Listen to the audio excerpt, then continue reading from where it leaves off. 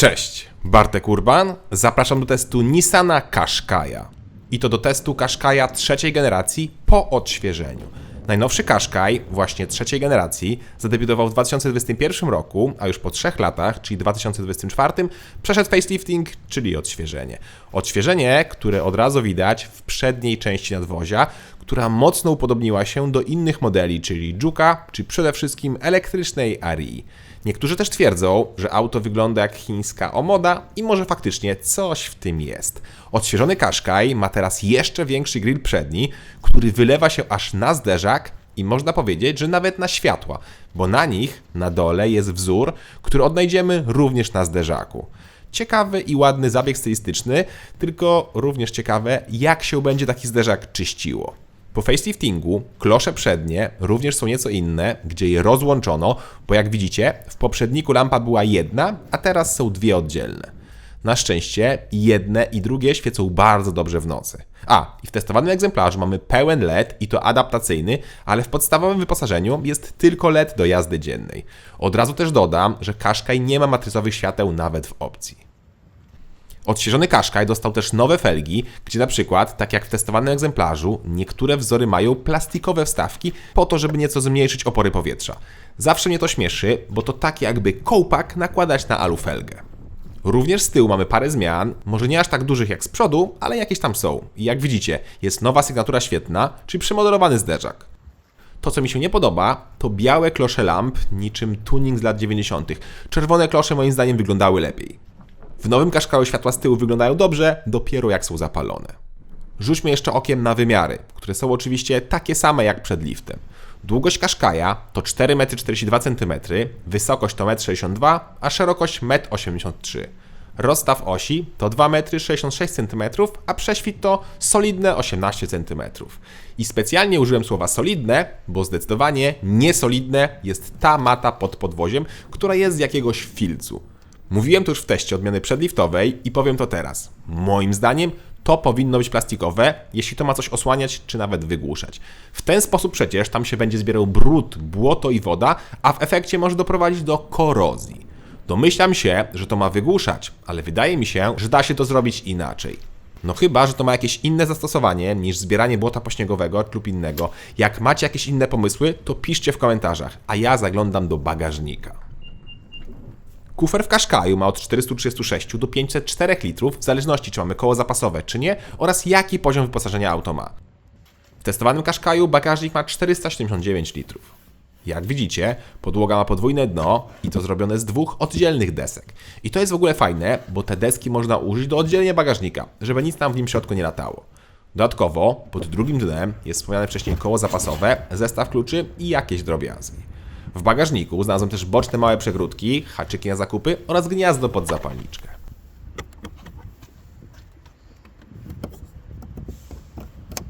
Kufer można oczywiście powiększyć poprzez położenie tylnej kanapy i wtedy uzyskujemy płaską powierzchnię. Dobra, to wskakujemy na tył i tu od razu duża zaleta. Zobaczcie, jak szeroko otwierają się drzwi, niemal pod kątem 90 stopni. To przy na przykład wkładaniu dzieci z nosidełkiem jest super wygodnym rozwiązaniem. Oczywiście działa to w dwie strony, bo przy wysiadaniu trzeba uważać, bo drzwi mają bardzo daleki zasięg. A po zajęciu miejsca z tyłu okazuje się, że mieszczę się i mam trochę miejsca zarówno na nogi, jak i na głowę, a mam 186 cm wzrostu. Z tyłu mamy podłokietnik z miejscami na napoje, są oddzielne nawiewy, są złącza USB czy gazetowniki. W opcji jest też duży, szklany dach.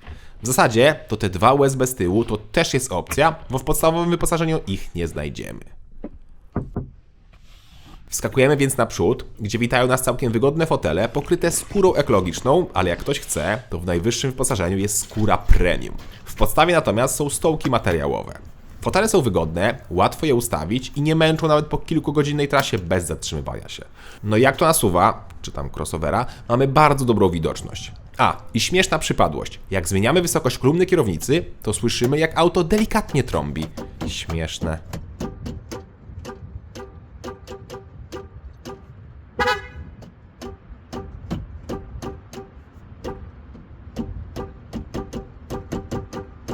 I I jeszcze jedna obserwacja, tym razem już nie taka śmieszna. Otóż za każdym razem, jak wsiadałem do auta i wybierałem swoją zapamiętaną pozycję fotela, poczekałem aż fotel się ustawi i następnie odpalałem samochód, to auto nagle wracało do poprzedniej pozycji. Nie potrafiłem tego odszukać w opcjach, czy tam gdzieś jest jakaś domyślna pozycja, ale strasznie mnie to irytowało.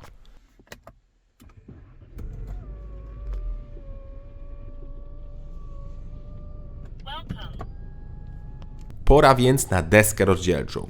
Tutaj, w przeciwieństwie nadwozia, zmian nie ma, albo ja taków nie znalazłem, przynajmniej wizualnych. Pomijam oczywiście inne materiały, bo te są, na przykład po lifcie pojawił się nowy poziom wyposażenia, N-Design i też na przykład możemy mieć deskę pokrytą alcantarą. Podobnie jak i przed liftem, taki tutaj, na szczycie deski jest bardzo duży, bo aż 12,3 calowy ekran i to w każdej wersji. Nowością jest za to system oparty na Androidzie i aplikacjach Google'a, gdzie na przykład mamy wbudowane mapy Google Maps, co uważam na plus. Za minus to działanie ekranu. To znaczy, ono jest dziwne, bo czasami działa błyskawicznie, a czasami ma jakieś losowe przycięcia, co lekko irytuje. Zresztą, widać to teraz na filmie, jak bawię się różnymi opcjami. Aha, i wersje przedliftowe nie dostaną tego systemu opartego na Android. To są inne systemy. Drugi ekran, który tym razem jest opcją, bo w podstawie są zwykłe zegary z ekranem na środku, a w wyższych wersjach są takie właśnie pełne cyfrowe zegary. Zegary, które mają różne kolory, w zależności od trybu jazdy, a także kilka motywów, które możemy zamieniać. Da się na szczęście włączyć w miarę klasyczny motyw.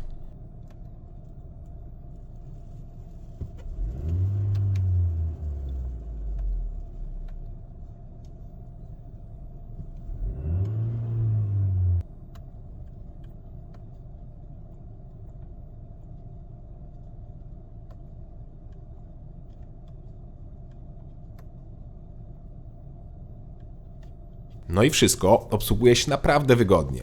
Każda ważna funkcja w tym aucie ma fizyczny przycisk i pokrętło, czyli zarówno audio, jak i klimatyzacja, czy przyciski na kierownicy. No wszystko tak jak trzeba. To mi się podoba. To sprawdźmy, czy podobają mi się materiały.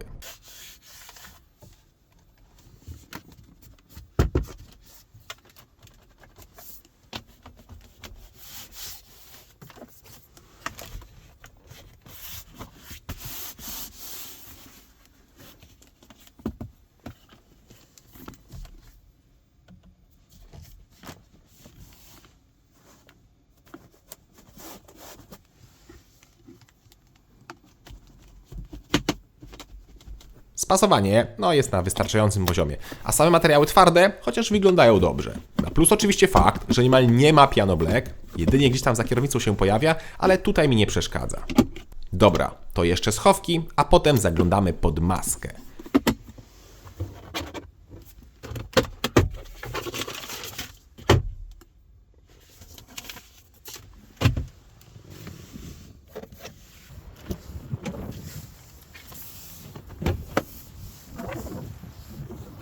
A pod maską bez zmian. Czyli nadal mamy benzyny z miękką hybrydą lub pełną hybrydą, którą Nissan nazywa e-Power.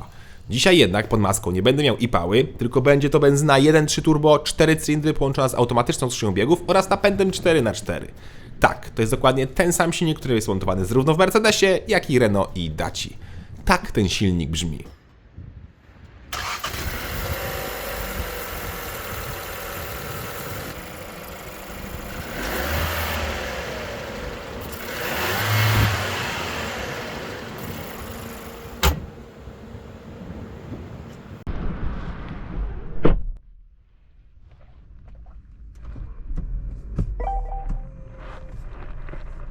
Od zwykłe 4 cylindry, ale miło, że właśnie są tutaj 4, a nie 3 cylindry. Co więcej, silnik ten występuje w dwóch wariantach mocowych, 140 lub 158 koni, gdzie ten słabszy jest zawsze z napędem naprzód i manualem, a w mocniejszych wersjach możemy mieć dodatkowo automat oraz automat z napędem 4x4. Nie da się mieć kombinacji manual i napęd 4x4. A 158 koni, napęd 4x4 daje nam skromne, jak na dzisiejsze czasy, 9,9 sekundy do pierwszej setki. Co ciekawe, z napędem naprzód jest szybciej o 0,7 sekundy i czas to 9,2 sekundy. Dziwne. Pora więc sprawdzić testowany samochód.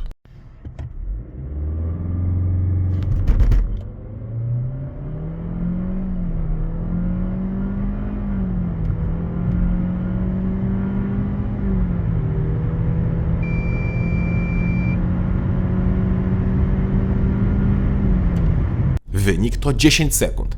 Ale co ciekawe, robiłem też pomiar nie w trybie sport i wtedy wychodziły czasy 9,7 sekundy.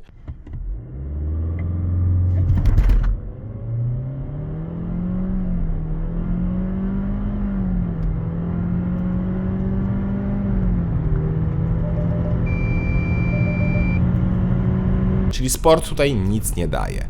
Podobnie jak i napęd 4x4 na samym początku, który wyraźnie czuć, jak przednia oś traci trakcję i dopiero po chwili się załącza. No i trzecia rzecz, skrzynia biegów. Czy słyszeliście i widzieliście, jak ładnie działa? To teraz wam powiem tajemnicę. To jest skrzynia bezstopniowa. Poważnie, to jest CVT, ale działa jak na CVT świetnie, bo nie wyje, nie trzyma na wysokich obrotach, no to mi się podoba. Oczywiście, to są symulowane sztuczne biegi, ale dzięki temu w kabinie nie jest za głośno. Swoją drogą, wyciszenie Qashqai'a jest akceptowalne i przy 140 jest około 66 dB, a pomiar robili chłopaki z kanału Oto Moto News. Pozdrawiam. Zerknijmy jeszcze na elastyczność i reakcję na gaz.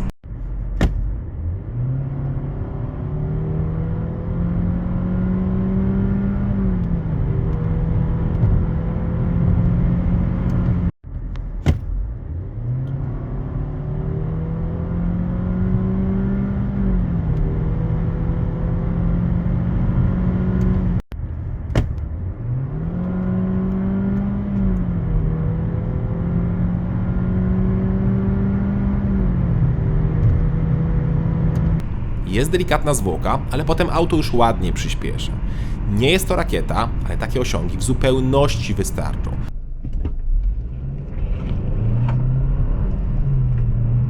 Z miejsca do tych 50-60 auto naprawdę bardzo ładnie się zbiera i do tego ta skrzynia CVT, więc nie mamy żadnego opóźnienia na zmianie biegów. Podróżowałem takim autem w trasie z 4 osobami i absolutnie nie brakuje mocy czy osiągów. Brakuje jedynie nieco niższego spalania. W mieście zejście poniżej 9 litrów jest bardzo, ale to bardzo trudne, zwłaszcza przy takiej, no powiedzmy, zimowo-błotnej aurze.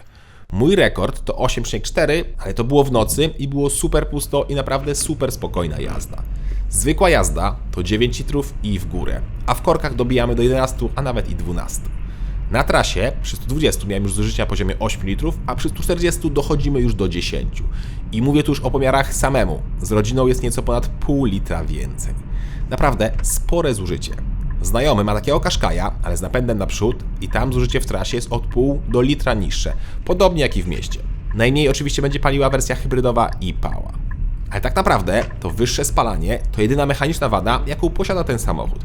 Auto naprawdę dobrze się prowadzi, ma bardzo dobrze zestrojone zawieszenie i łatwe do wyczucia hamulca.